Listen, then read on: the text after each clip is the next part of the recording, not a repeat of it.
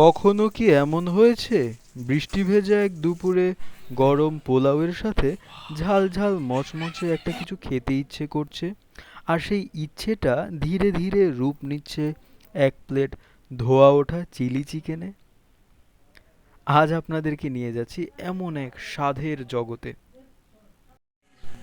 সবগুলো উপাদান এক এক করে গুছিয়ে নেওয়াটা খুবই গুরুত্বপূর্ণ, তাই সবার আগে আমরা সবগুলো উপাদানের আগে ক্যাপসিকাম নিয়ে নিলাম।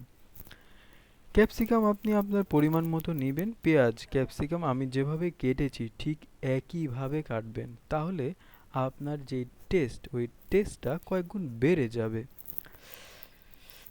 এবার হলো রসুন বলেন, তারপর বলেন পেঁয়াজ, আদা, এগুলো সব আমি কুচি করে কেটে নিয়ে এলাম। এখন সবচেয়ে ইম্পর্টেন্ট পার্ট, সেটা হলো আমাদের মুরগি। মুরগিটার সাথে আমরা ময়দা, কর্নফ্লাওয়ার, তারপর হলো সস, তারপর হলো গিয়ে মরিচের গুঁড়ো, এগুলো সব ভালো করে মাখিয়ে নিলাম। মাখিয়ে নিলে হবে কি, এই জিনিসগুলো ওর মুরগির মধ্যে আস্তে আস্তে ঢুকবে।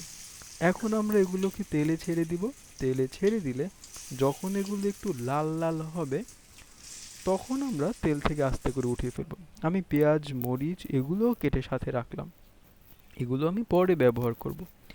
আর এই যে এগুলো হলো ধনিয়া পাতা, ধনিয়া পাতাগুলো সাথে নিলাম, এগুলোও কিন্তু স্বাদ কয়েক গুণ বাড়িয়ে দেয়। আর এই অংশগুলো আমরা ইউজ করব না আপাতত। এই যে আমার ভাজা হয়ে গেছে, খুবই সিম্পল, এখানে কোনো প্যাচ নেই, আপনি খুবই সহজেই এগুলো ধরে ফেলতে পারবেন। আর মরিচগুলো এভাবে বেটে নেবেন, বেটে নিলে মরিচগুলো খুব ভালো হয়। যেহেতু চিলি চিকেন, মরিচটার প্রতি আপনার খুবই লক্ষ্য দিতে হবে।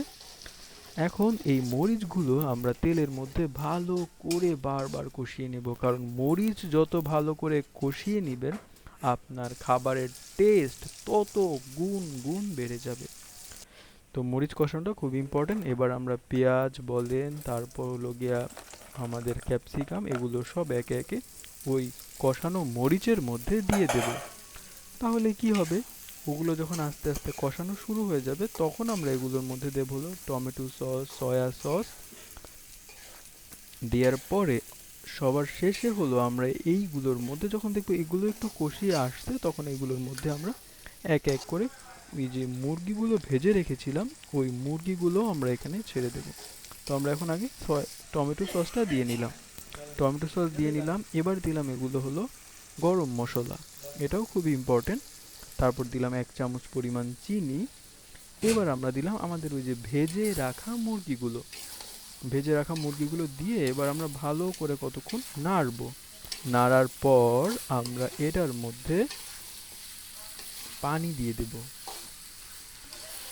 পানি দেওয়ার পর আমরা আগে একটু নাড়বো, ভালো করে নাড়বো কতক্ষণ। আমরা লবণ দিতে ভুলে গেছিলাম, লবণটাও দিয়ে দিলাম। হুম, এবার হলো আমরা এটার মধ্যে পানি দিয়ে দেব।